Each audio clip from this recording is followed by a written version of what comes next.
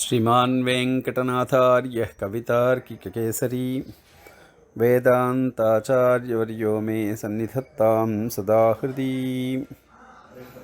हम प्रपन्न पारिजात में चतुर्थ पद्धति जो गुरुपासना पद्धति है वो हम उसका अधिगम करने वाले हैं।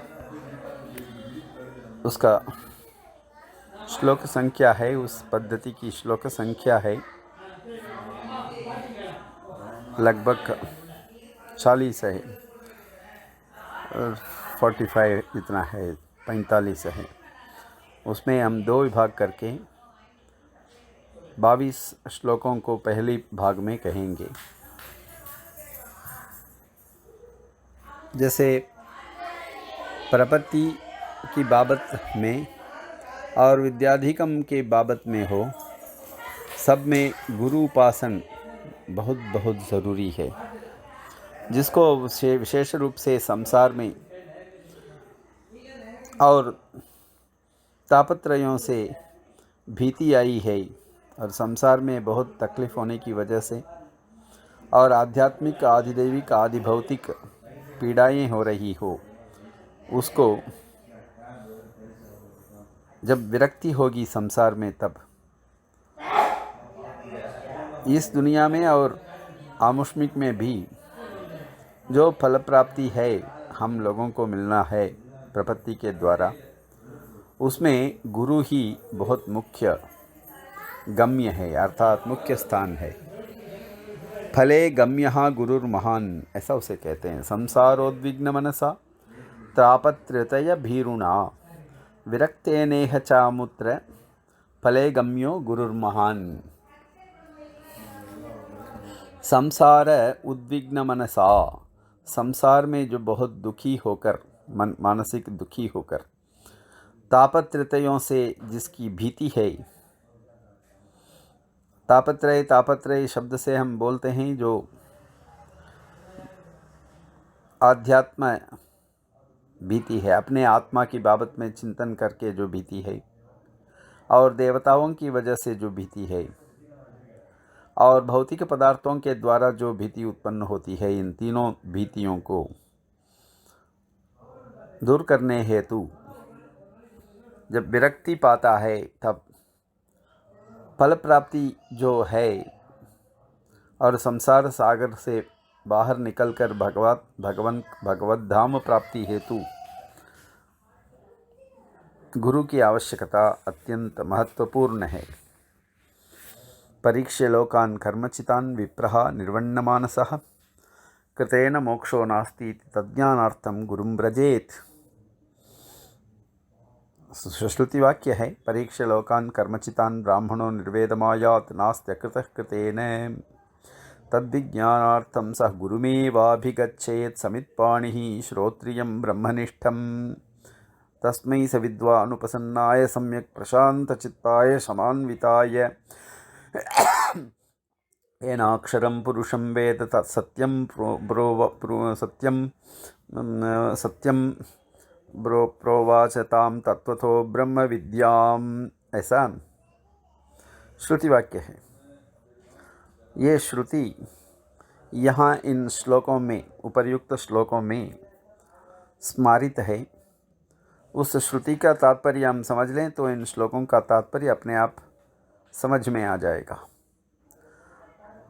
कर्मचितान लोकान परीक्ष्य, कर्म से हम संपादनीय लोगों की परीक्षा करें तो ये सब कर्म से संपादित स्वर्ग इत्यादि लोग जो है वो हमारे लिए आवश्यक नहीं है, क्योंकि एक न एक दिन कर्म से संपादित लोक क्षय हो जाएगा। क्षीणे पुण्ये मर्त्यलोकम विशन्ति, ऐसा फिर से इसी दुनिया में आना पड़ेगा। वही परिस्थिति फिर से जागृत हो जाएगी। जो संसार में तापत्रयों से भयभीत होकर कर्म से संपादनीय लोगों को हम ना ही प्राप्त करें और वहाँ निर्वेद प्राप्त करें। और कर्मचितो लोकान ब्राह्मणः निर्वेदमायात् नास्त्यकृतः कृतेन, अकृत जो श्री वैकुंठ लोक है, नित्य लोक है, वो कृतेन कर्मणा न भवति। जो किया हुआ कर्मों से अकृतक जो ब्रह्मलोक है वो कैसे प्राप्त हो सकता है? वो नित्य है, ये तो कर्म से संपादित है। कर्म से संपादित दुनिया हम लोगों को एक न एक दिन नष्ट हो जाएगा। नित्य दुनिया तो, नित्य श्री वैकुंठ धाम तो हमें इस कर्मों से प्राप्त हो नहीं सकता है। ऐसा समझकर वो गुरु के पास दौड़े और जाते वक्त समित पाणी होकर समितों को हाथ में रखते हुए श्रोत्रिय व्यक्ति के पास, ब्रह्मनिष्ठ व्यक्ति के पास जाएं। तस्मै स विद्वान, उसके लिए वो विद्वान जो पंडित हैं, अर्थात अपने पास आए हुए उपसन्नाय सम्यक प्रशांत चित्ताय, जो प्रशांत चित्त मानस है उस व्यक्ति के लिए, शमान्विताय, शमदमादि गुण होना चाहिए। शमदमादि यानी, शम यानी अंतरिंद्रिय की नियमन शक्ति, और दम यानी बाह्येंद्रिय की नियमन शक्ति इत्यादि को प्राप्त किया हुआ व्यक्ति हो, जिसके लिए परमात्मा के बारे में ज़रूर अवश्य वो समझाएं, उस विद्या को, तत्वतः ब्रह्म विद्या को समझाएं। ऐसा श्रुति वाक्य कहता है।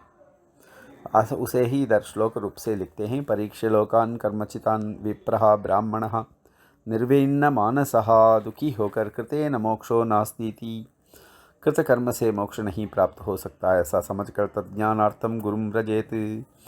अकृत जो नित्य लोक है उसे प्राप्ति करने के लिए जो ज्ञान चाहिए, उस ज्ञान के लिए गुरु के पास अवश्य जाएं।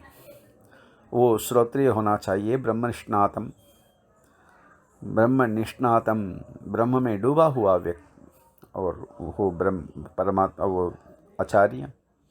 प्रणयेद वस्तुभिः प्रिय ही, उसको अपने अभीष्ट वस्तुओं को देकर उनको संतुष्ट करा के,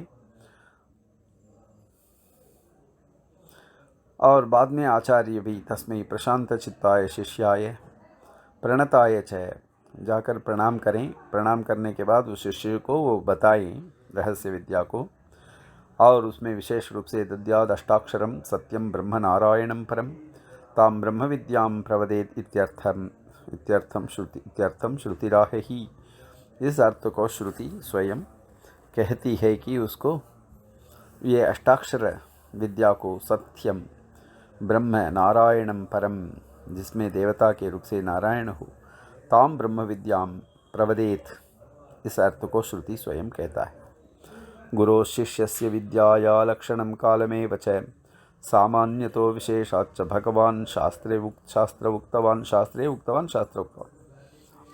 गुरु और शिष्य विद्या ग्रहण का समय, लक्षण क्या है, किस प्रकार विद्या ग्रहण करना चाहिए, उसका विशिष्ट काल क्या है, सामान्यतः कैसे करना है, विशेषतः कैसे प्राप्त करना है विद्या को, इस बाबत में प्रकाश भगवान शास्त्रे उक्तवान, शास्त्र में ये भी चीज कही गई है। त्रिषु वर्गेषु सम्भूतो मामेव शरणं गतः नित्यनैमित्तिकपरः मदीयाराधने रतः।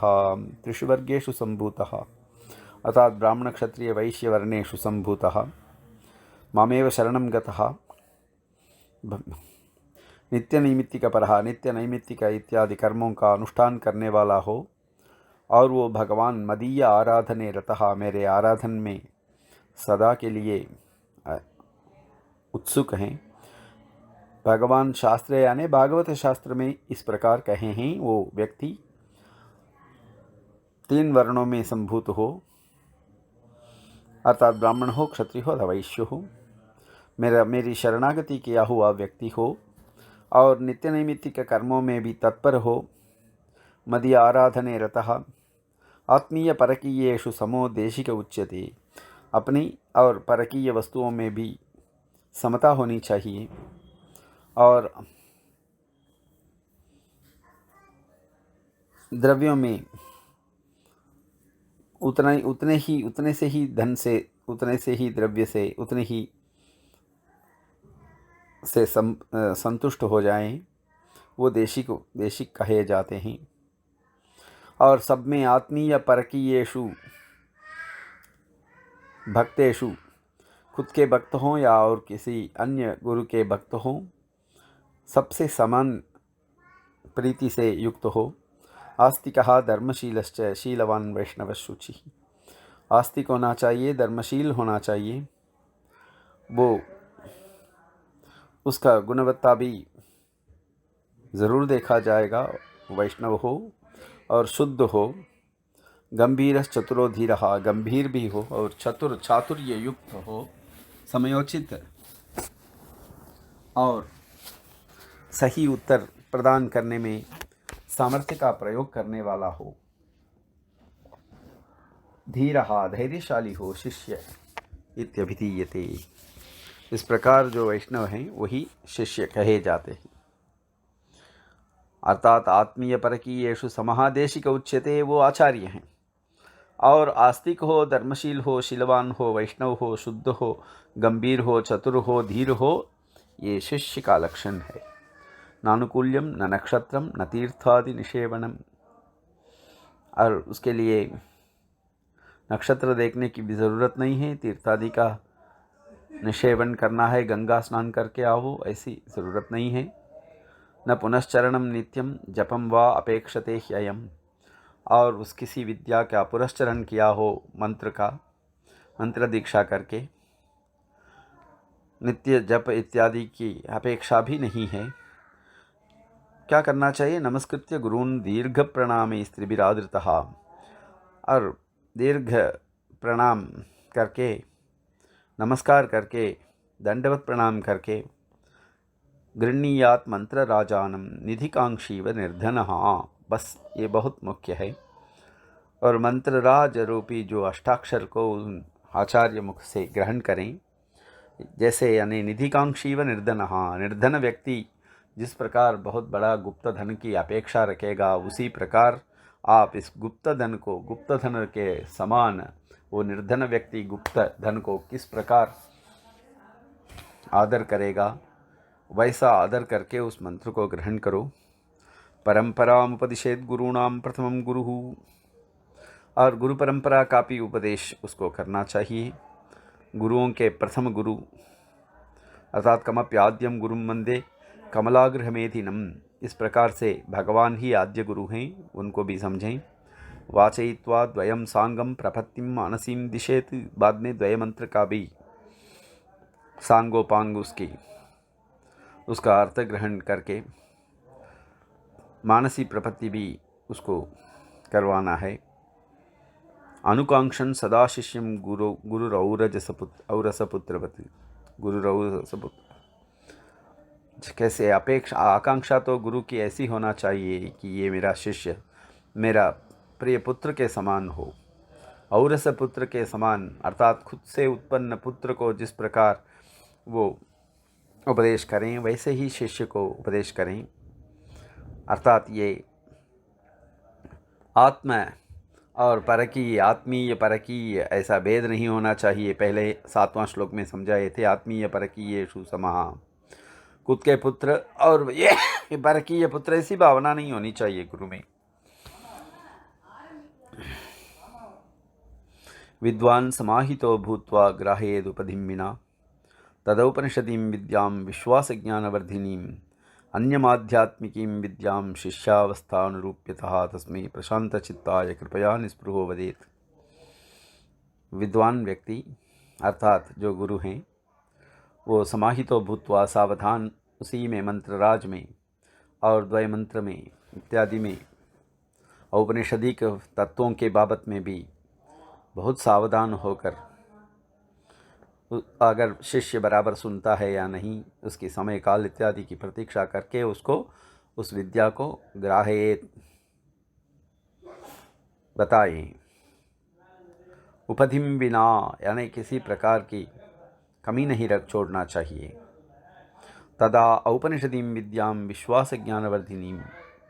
जैसे मन में विश्वास हो कि महाविश्वास पैदा हो, भगवान अवश्य रक्षा करें, ऐसे औपनिषदी विद्या को भी, विश्वास ज्ञान को अभिवर्धन करने वाली जो औपनिषदी विद्या है, उसको भी अभ्यास करवाएं।